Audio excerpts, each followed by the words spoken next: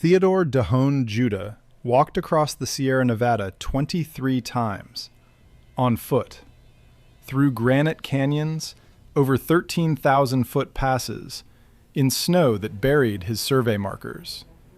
He was looking for something every other engineer said didn't exist: a route for a railroad through the most brutal mountain range on the continent. They called him Crazy Judah. The investors laughed. Congress ignored him. His own partners tried to push him out. He found the route. He convinced Congress to fund it. And then, 6 days before construction began on the greatest engineering project in American history, Theodore Judah died. He was 37 years old. This is the story of the man who mapped the impossible, who fought for a vision that would stitch a broken nation together, and who never lived to see a single mile of track laid on the route he discovered. To understand Theodore Judah, you have to understand what the Sierra Nevada actually is. Not as a line on a map, not as a purple smear in a textbook illustration, but as a physical reality that stopped human beings cold for 200 years. The Sierra Nevada rises like a wall on the eastern edge of California. Not gradually, the way the Appalachians roll up from the Piedmont, but violently. The western slope climbs for 60 miles through foothills and pine forests. But the eastern face drops 10,000 feet in less than 5 miles. Sheer granite, frozen waterfalls, passes that fill with 60 feet of snow every winter. Stand at the base of that eastern escarpment and look up. You'll see rock faces that climb straight into the sky. You'll see snow clinging to crevices in August. You'll see the kind of terrain that makes experienced mountaineers turn around. And you'll understand why, for centuries, this mountain range was considered impassable. The Spanish came to California in the 1700s. They built missions along the coast. They never crossed the Sierra Nevada.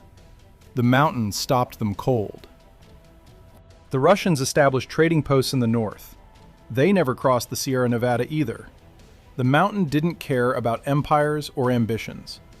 The mountain was granite and gravity and snow, and it killed anyone who underestimated it. In 1846, the Donner Party tried to cross it in October. 87 people, mostly families, heading to California with everything they owned. They got trapped by early storms near the summit. The snow came down and kept coming down, burying their wagons, burying their supplies, burying any hope of escape. They spent the winter in crude shelters, slowly starving. When the food ran out, they ate bark. They ate leather. They ate their dogs. And when that ran out, some of them ate each other.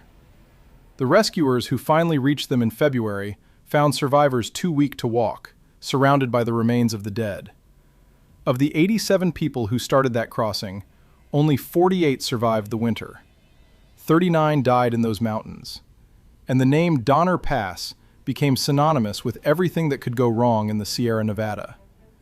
That's what Theodore Judah was looking at when he stared east from Sacramento. That's what he wanted to build a railroad through. Not around. Through. A ribbon of iron climbing over the exact terrain that had killed the Donner Party. The exact terrain that had stopped every empire that tried to cross it. They called him Crazy Judah. And from a certain angle, they were right. He was born on March 4, 1826, in Bridgeport, Connecticut. His father was an Episcopal minister named Henry Judah. The family moved to Troy, New York when Theodore was young, and something about that Hudson River Valley landscape shaped him. This was the Erie Canal country. The great waterway that connected the Atlantic to the Great Lakes ran through this region.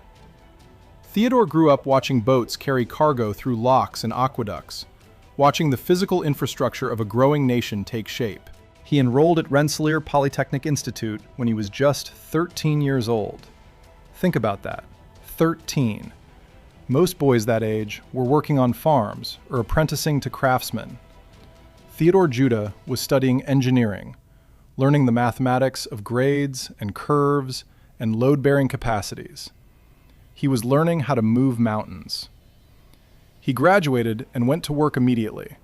The railroad industry was exploding across the eastern United States. Every city wanted connections. Every entrepreneur saw opportunity. And engineers who could actually build these lines were in desperate demand. By 21, Judah was working on serious projects.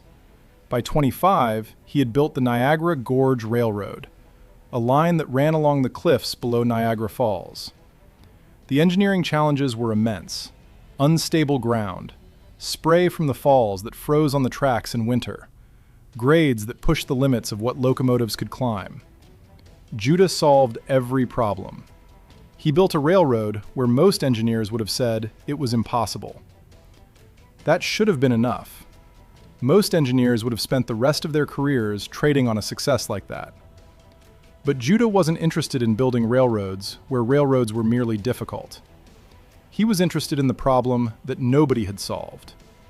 In 1854, he arrived in California. He was 28 years old. He had been hired to build the Sacramento Valley Railroad, a modest 22-mile line connecting Sacramento to the mining camps in the foothills. It was the first railroad west of the Missouri River. The entire thing. Sacramento in 1854 was a mud street boomtown. 5 years earlier, it had been a sleepy trading post. Then, gold was discovered at Sutter's Mill, and everything changed. Miners poured in from everywhere. The population exploded. Buildings went up overnight, burned down, went up again. The streets were unpaved rivers of mud in winter and choking clouds of dust in summer. Judah finished the Sacramento Valley Railroad in 2 years. He laid every mile of track on schedule. He solved the engineering problems. He proved that railroads could work in California. But even while he was driving spikes into that valley floor, his eyes were on the mountains. Every clear day, you could see the Sierra Nevada from Sacramento. That white wall on the eastern horizon. The thing standing between California and the rest of the United States. The barrier that made California practically a separate country. It took 3 weeks to get a letter from Sacramento to New York. 3 weeks by ship, down around Cape Horn, past the storms of Tierra del Fuego, up the Atlantic coast. Or 3 weeks by stagecoach, across the deserts of the Southwest, through Apache territory, over the Rockies. Either way, 3 weeks minimum, usually longer. If California was going to be part of the country, really part of it, there had to be a faster connection. There had to be a railroad. And Theodore Judah became convinced of this, with a certainty that his friends found unsettling and his enemies found ridiculous. He started talking about it constantly. At dinner parties in Sacramento, in business meetings with investors, on street corners with anyone who would listen. The Transcontinental Railroad, the Pacific Railroad, the iron link that would bind the nation together. People started calling him Crazy Judah. The nickname stuck, and Judah wore it like a badge. In 1856, he began surveying possible routes through the mountains.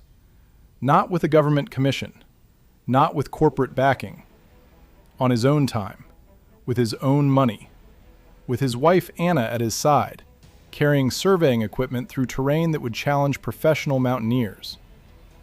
Anna Pierce Judah was the daughter of a Massachusetts merchant. She had married Theodore in 1847, when she was 20 and he was 21. They were practically children, but they found something in each other that lasted. When Theodore went to California, Anna went with him. When he started walking into the Sierra Nevada, she walked with him. Think about what that meant.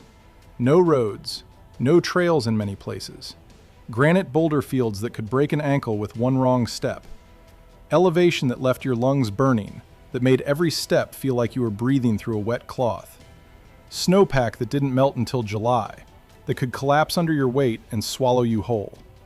And Anna Judah, in the heavy skirts of a mid-19th century woman, carrying surveying equipment alongside her husband, sleeping on the ground in places where no white woman had ever slept, eating whatever they could carry, watching her husband squint through his instruments at mountains that everyone said couldn't be crossed. She believed in him. When the investors laughed, when the other engineers shook their heads, when his own friends told him to give up this impossible dream, Anna believed. She walked those mountains with him because she knew he was right. Over the next 4 years, Theodore Judah crossed the Sierra Nevada 23 times, sometimes with Anna, sometimes with small survey teams, sometimes alone with nothing but a mule and his instruments and his unshakable conviction. He explored every canyon, he climbed every pass, he mapped every possible gap in that granite wall. Most routes failed immediately. Too steep. No locomotive ever built could climb grades like that. Too narrow. Impossible to lay track without excavating millions of tons of rock. Too exposed to avalanche. Any track built here would be buried every winter. The Sierra Nevada didn't offer gentle passages. It offered cliff faces and snowfields and the kind of vertical terrain that made mules turn around. It offered death to anyone who underestimated it. And it offered nothing that looked remotely like a railroad route. But Judah kept going back. He studied the mountain the way a general studies an enemy. He mapped its weaknesses. He calculated its gradients down to fractions of a percent. He learned the patterns of its snowfall, the angles of its slopes, the places where the rock was solid enough to support a foundation. 23 crossings. Think about that number. 23 times climbing from the Sacramento Valley floor at sea level to passes above 7,000 feet. 23 times through granite canyons that saw no sun. 23 times across snowfields that could collapse without warning. 23 times because he believed there had to be a route, and he wasn't going to stop until he found it. And then, in the fall of 1860, a local druggist named Daniel Strong told him about a ridge route that miners used to reach the Nevada silver fields. It ran through a place called Donner Pass. Donner Pass. The same place where the Donner Party had starved and frozen and eaten their dead. The same place that symbolized everything terrible about the Sierra Nevada. And Daniel Strong was telling him that miners had found a ridge route there, a way to cross that followed the high ground rather than fighting through the canyons. Judah investigated it immediately. He climbed through the pass with his instruments, measuring grades, checking sight lines, calculating how much track would need to be laid at what angles. His hands must have been shaking as he recorded the numbers. The route worked. Not easily, not without massive engineering challenges. There would need to be tunnels. There would need to be cuts and fills and snow sheds. There would need to be bridges across gorges and trestles over ravines. But the grades were manageable. No more than 100 feet of rise per mile. The curves were buildable. Standard locomotives could haul standard loads. For the first time, Theodore Judah held in his hands a surveyed route that could carry a railroad over the Sierra Nevada. He rushed back to Sacramento and began looking for investors. He needed money to conduct a proper survey, to create detailed plans, to petition Congress. He approached the wealthiest men in California. Most of them said no. A railroad over the Sierra? Through Donner Pass, where people had eaten each other to survive? Crazy Judah indeed. But 4 men listened. Leland Stanford, a wholesale grocer who had political ambitions and saw the railroad as his ticket to power. Collis Huntington, a hardware merchant with a talent for negotiation and a complete absence of sentiment. Mark Hopkins, Huntington's business partner, quiet and cautious, the one who kept the books. Charles Crocker, a dry goods dealer who weighed 300 pounds and had the personality of a charging bull. They would become known as the Big Four, and they would build an empire on Theodore Judah's route. But they would also betray him. They would steal his dream and erase his name. They would become the richest men in California, while Judah lay in an unmarked grave. That came later. In 1861, they were just businessmen who saw an opportunity. They incorporated the Central Pacific Railroad, with Judah as chief engineer. They gave him what he needed most: enough money to go to Washington and make the case for his railroad. If you're finding value in this story, take a moment to subscribe. We explore the forgotten engineers and workers who built this nation every week. Theodore Judah arrived in Washington in the fall of 1861. The country was at war. 7 southern states had seceded from the Union. Confederate and Union armies were killing each other in Virginia. The capital itself was threatened. Nobody was thinking about railroads to California. But Judah understood something that most people missed. The war made a Pacific Railroad more important, not less. California's gold was funding the Union war effort. The silver from Nevada was paying for bullets and boots and bandages. If the Confederacy could cut the sea routes, if British ships decided to enforce the blockade, if anything happened to those long supply lines around Cape Horn, California's wealth would be stranded on the far side of the continent. A railroad would guarantee the Union's western lifeline. A railroad would make it impossible for anyone to cut off California. A railroad would win the war. He also understood politics in a way that most engineers didn't. Back in Sacramento, he had practiced his pitch until it was razor sharp. He had prepared maps so detailed that congressmen could follow every mile of the proposed route. He had answers for every objection, solutions for every problem, numbers to support every claim. But he knew that preparation alone wouldn't be enough. Congress was consumed by war. Bills about railroads in California would be ignored unless someone forced them to pay attention. So Judah did something audacious. He rented a room in the Capitol building itself. Not an office in a nearby building, a room in the Capitol. And he turned it into a railroad museum. Maps on every wall, survey instruments on display, a working model of the route through the Sierra Nevada that showed exactly how the track would climb from Sacramento to the summit. Profiles of every mile of the proposed line. Calculations of construction costs, operational costs, projected revenues. Everything a congressman might want to know, all in one place. Congressmen wandered in out of curiosity. They came to see what crazy Judah was doing in their building. They walked out convinced.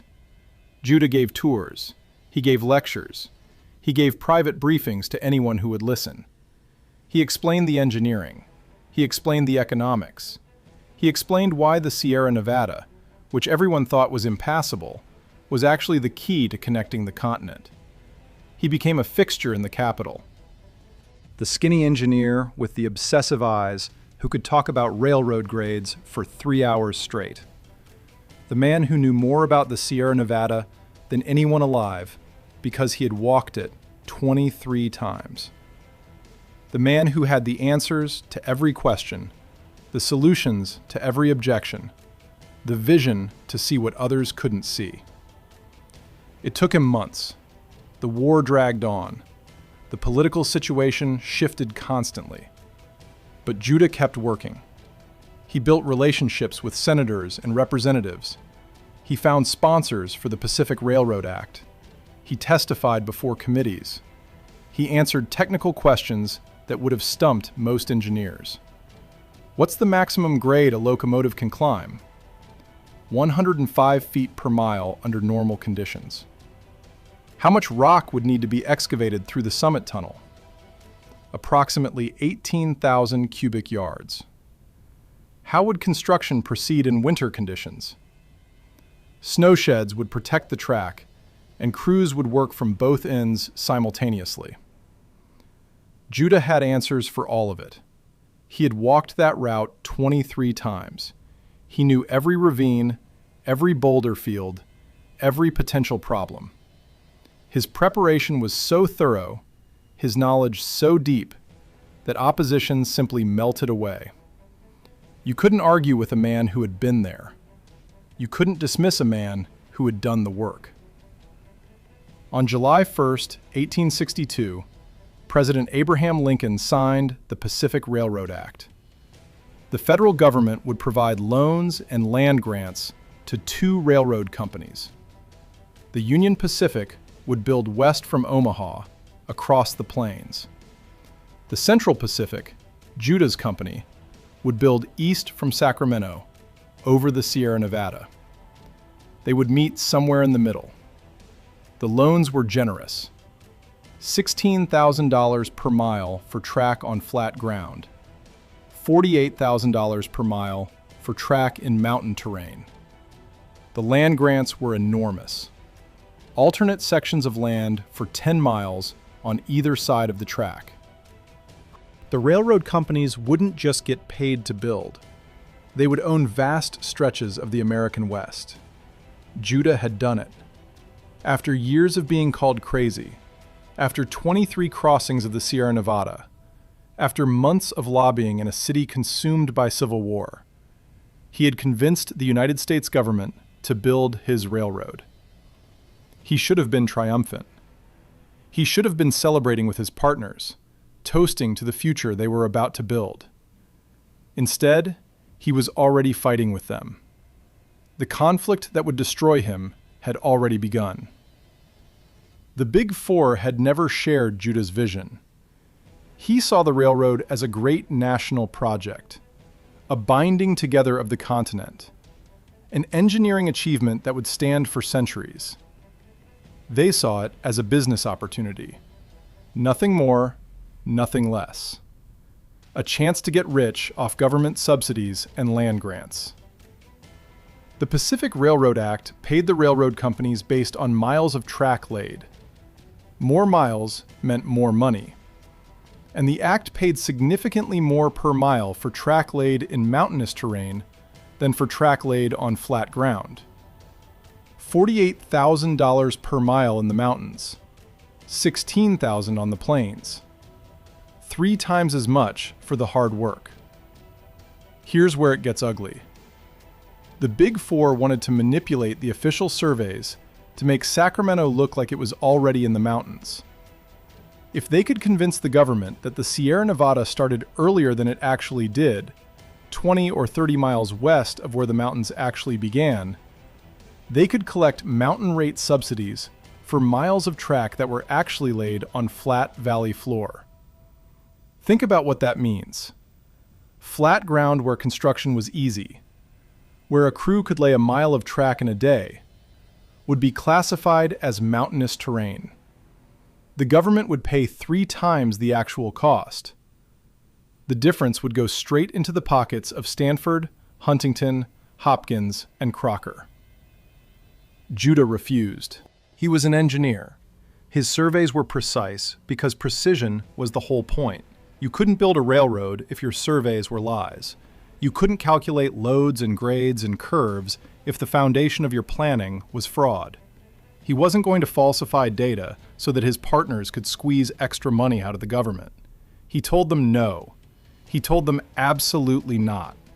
He told them that what they were proposing was theft. The Big Four didn't need him to comply. They simply went around him.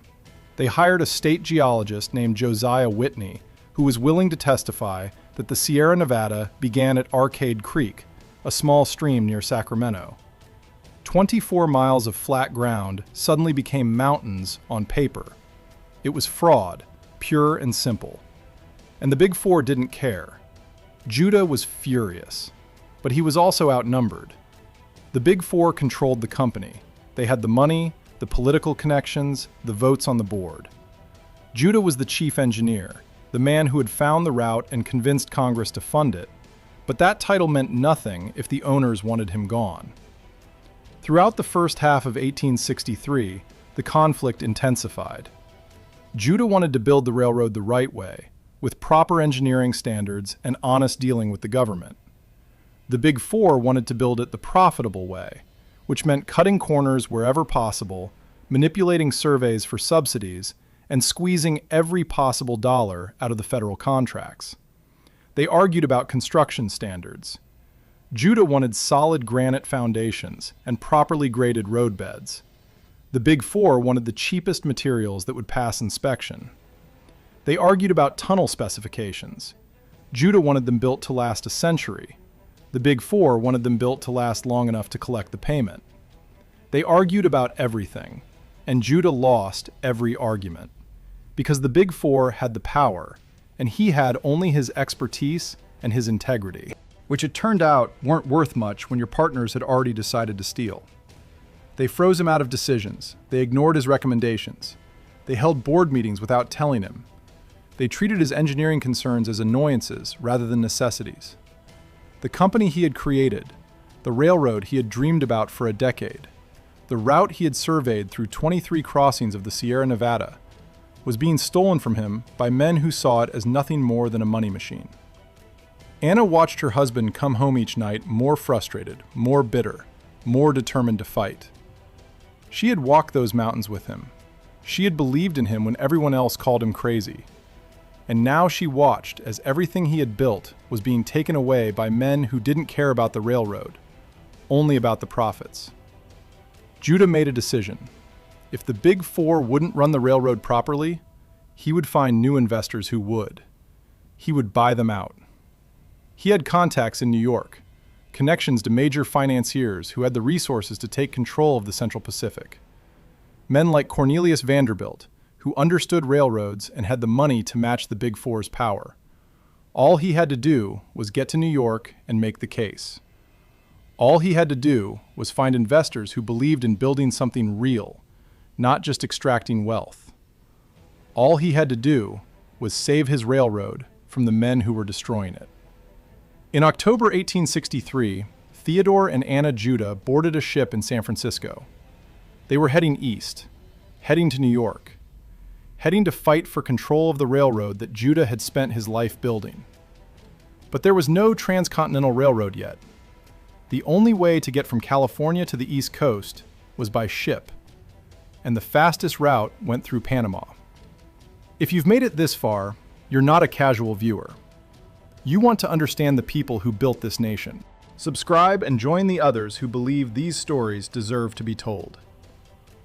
The Panama Crossing was 47 miles across the isthmus, a narrow strip of land between the Atlantic and Pacific, covered in some of the densest jungle on Earth.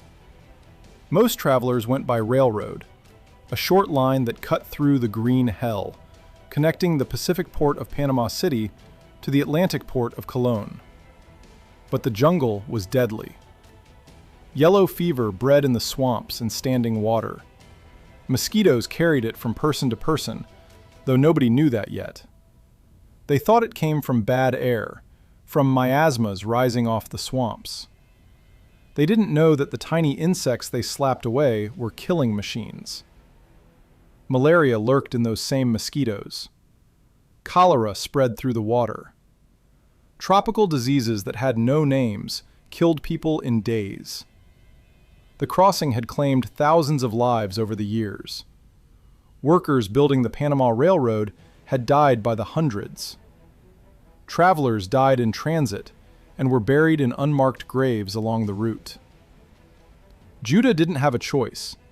He needed to get to New York while his political contacts were still willing to help. He needed to move fast, before the Big Four could consolidate their control completely. So he took the Panama route, like everyone who needed to cross quickly. He took the risk that everyone took. Somewhere on that crossing, in that hot, humid jungle, a mosquito bit Theodore Judah. He didn't feel it, or if he did, he swatted it away and kept moving. It was just a mosquito. There were thousands of them. You couldn't avoid them all. Yellow fever takes about a week to show symptoms. The virus moves through the body silently at first, multiplying in the blood. Then the fever hits. Headaches, muscle pain, the aching in the bones that feels like being beaten. Then the distinctive symptom that gives the disease its name. The liver fails, bile backs up into the blood, and the skin turns yellow. By the time the ship reached New York, Judah was sick. The fever had him in its grip. His skin was yellowing. He could barely stand. Anna watched helplessly as her husband deteriorated. The man who had walked across the Sierra Nevada 23 times, who had climbed 13,000-foot passes in snowstorms, who had mapped routes through granite canyons that everyone said were impassable, was dying in a New York hotel room. Killed by a mosquito in Panama. Killed by a parasite too small to see. There was nothing the doctors could do. In 1863, there was no treatment for yellow fever. You either survived it or you didn't. Your body either fought off the virus or it succumbed. The doctors could make you comfortable. They couldn't save you. Theodore Dehone Judah died on November 2, 1863. He was 37 years old. He had spent 11 years of his life pursuing the dream of a transcontinental railroad. He had walked the Sierra Nevada 23 times. He had found the route that everyone said didn't exist. He had convinced Congress to fund it. He had created the company that would build it. And he died in a hotel room 3,000 miles from the mountains he had conquered, 6 days before construction began on his railroad. The first rails of the Central Pacific were laid in Sacramento on November 8, 1863. They were laid on Theodore Judah's route, following the surveys he had made, climbing toward the pass he had discovered. The Big Four didn't mention his name at the groundbreaking ceremony. They were already erasing him from history. Anna Judah returned to the East Coast with her husband's body. She was 36 years old, a widow, the wife of a man who had given everything for a dream he never saw completed. The Big Four built the railroad. They built it their way, which meant cutting every corner, squeezing every dollar, and working men to death. Charles Crocker took charge of construction. He was the largest and loudest of the four, a man who solved problems by overwhelming them with force. And he faced the biggest problem of all. Where was he going to find workers willing to dig through the Sierra Nevada? White workers wouldn't do it. The labor was too dangerous, the conditions too brutal. Men died in the tunnels. They died in avalanches. They died in explosions when the black powder went off too soon. White workers could find easier jobs in the mines or the cities. They weren't going to kill themselves digging through granite for railroad wages. So Crocker hired Chinese workers, thousands of them. Eventually, more than 10,000. They had come to California during the gold rush, hoping to strike it rich like everyone else. Instead, they found themselves excluded from mining claims by racist laws, pushed to the margins of society, desperate for any work that would pay. Crocker paid them less than white workers. He worked them longer hours. He sent them into the most dangerous sections of the route and didn't bother counting when they died. The Chinese workers built the railroad that Theodore Judah had surveyed. They carved it through solid granite with hand drills and black powder. They hung from baskets on cliff faces, drilling holes for explosives while the wind tried to sweep them into the void. The summit tunnel was the worst. 1,659 feet through solid granite. The rock was so hard that drills barely scratched it. The workers advanced about a foot per day, hammering and blasting, breathing air thick with rock dust and powder smoke. They worked in shifts around the clock. They worked in winter, when the snow piled up 60 feet deep and avalanches buried entire crews. They lived in tunnels carved into the snowpack, emerging only to drill more holes, set more charges, inch forward another few feet. Some historians estimate that more than 1,000 Chinese workers died building the Central Pacific Railroad. The actual number will never be known. The company didn't keep records of Chinese deaths. They weren't worth counting. They were just labor, replaceable, disposable, building a railroad that would make white men rich. Meanwhile, the Union Pacific pushed west from Omaha. They had their own labor force, thousands of Irish immigrants, Civil War veterans who had survived the carnage of Gettysburg and Antietam, freed slaves looking for work. They drove steel across the plains at a pace the Central Pacific couldn't match, because flat ground was easy and mountains were hard. But the Union Pacific had its own problems. Sioux and Cheyenne warriors who understood that the railroad meant the end of their way of life. They attacked survey parties. They raided construction camps. They pulled up track as fast as the workers could lay it. The railroad was an invasion, and they were fighting back. Supply lines stretched across hundreds of miles of hostile ground. Every spike, Every rail, every barrel of water had to be hauled across the plains. The logistics were staggering. The corruption was worse. Politicians and financiers were siphoning millions of dollars into their own pockets through a web of shell companies and fraudulent contracts. The Crédit Mobilier scandal would eventually expose the whole rotten system, but that came later. Both railroads pushed toward each other through 1867 and 1868. The race was on. Every mile meant more money. Every day of delay was profit lost to the competition. So they pushed the workers harder, cut more corners, accepted more risk. Men died. In explosions and cave-ins and avalanches. In accidents with machinery and mishaps with horses. In fights and in fevers, and in the simple, grinding exhaustion of labor that never stopped.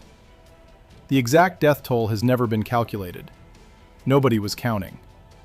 The workers who fell were buried where they fell, or not buried at all, and the work went on. On May 10, 1869, the two railroads met at Promontory Summit in Utah Territory. The ceremony was elaborate. Leland Stanford, representing the Central Pacific, raised a silver hammer to drive a golden spike into the final rail. Telegraph operators waited to send the news across the nation. Photographers arranged the crowd for the historic image. Stanford swung the hammer and missed. He missed the spike entirely, driving the silver hammer into the wooden tie. Someone else had to finish the job. But the telegraph operators sent the signal anyway. The nation celebrated. Church bells rang in cities across the country. The Transcontinental Railroad was complete. Theodore Judah's name was not mentioned in the ceremonies. Not once. The man who had walked across the Sierra Nevada 23 times, who had found the route that everyone said didn't exist, who had lobbied Congress and convinced Lincoln to sign the Pacific Railroad Act, who had created the Central Pacific Railroad and then been frozen out by his own partners. His name was absent from the moment of triumph. The Big Four became the richest men in California. Stanford became governor in 1862, before the railroad was even built, and later served as a United States Senator. He founded a university in memory of his son, a university that still bears his name. Huntington controlled railroads across the entire Southwest, building an empire of steel and corruption. Hopkins kept the books and kept his secrets, dying wealthy and honored. Crocker built a mansion on Nob Hill that dominated the San Francisco skyline, a monument to the fortune he had extracted from the labor of Chinese workers. They named cities after themselves. They endowed institutions. They built monuments that still stand today. Stanford University, the Huntington Library. The legacy of men who built their fortunes on Theodore Judah's vision and then erased him from history. Anna Judah lived for another 58 years. She never remarried. She kept her husband's papers, his surveys, his maps, the evidence of everything he had accomplished. She told anyone who would listen about the man who had found the route, who had made the railroad possible, who had died before seeing a single mile of track. She watched California transform. The state that had been 3 weeks away from the rest of the country became 1 day away. Towns sprang up along the railroad line. Cities grew where there had been wilderness. Farmers shipped their produce to eastern markets. Industries developed in places that couldn't have existed without the railroad. She watched the 20th century arrive. Automobiles replaced horses on the streets of San Francisco. Airplanes flew over the Sierra Nevada in hours, instead of the days it had taken her and Theodore to cross on foot. The world changed in ways that neither of them could have imagined when they walked those mountain passes together, carrying surveying equipment through the snow. Anna Pierce Judah died in 1921 at the age of 94. She had outlived her husband by 58 years. She had watched his vision become reality, and his name become a footnote. She had spent nearly 6 decades as the widow of Crazy Judah, keeping his memory alive, while the men who had stolen his railroad became titans of industry. If this story moved you, subscribe. We tell the stories of the builders and workers who shaped this nation, the people whose names have been forgotten while others took the credit.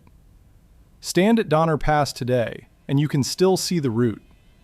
The old Central Pacific right-of-way climbs through the mountains alongside Interstate 80.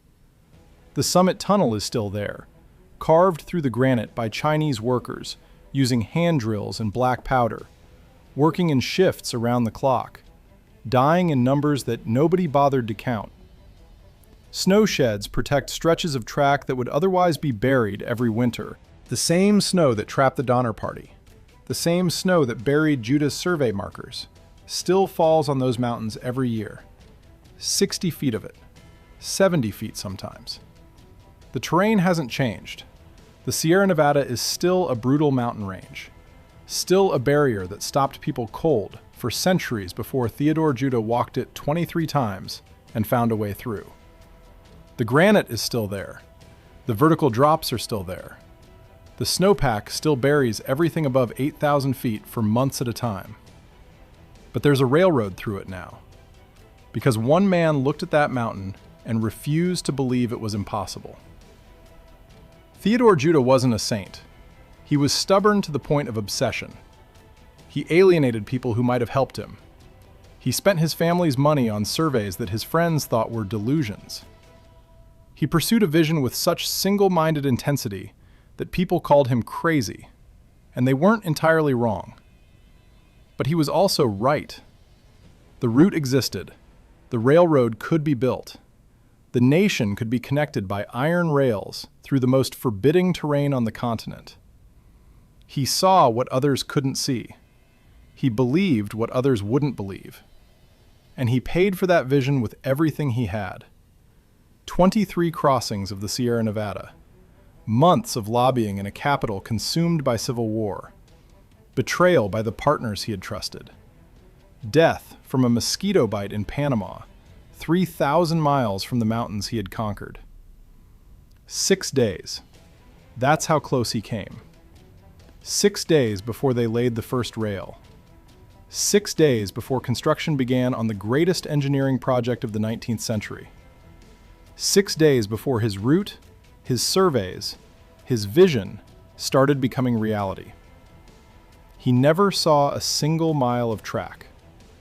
The man who made it all possible died before the work even started. The next time you fly over the Sierra Nevada, look down at those mountains. Look at the granite peaks and the snow-filled canyons and the terrain that stopped empires cold. And remember Theodore Dahone Judah. Remember Crazy Judah. Remember the man who walked those mountains 23 times because he believed there had to be a way through. Remember the man who found the route when everyone said it was impossible. Remember the man who convinced Congress and created a company and did everything right and still got betrayed by partners who cared only about profit.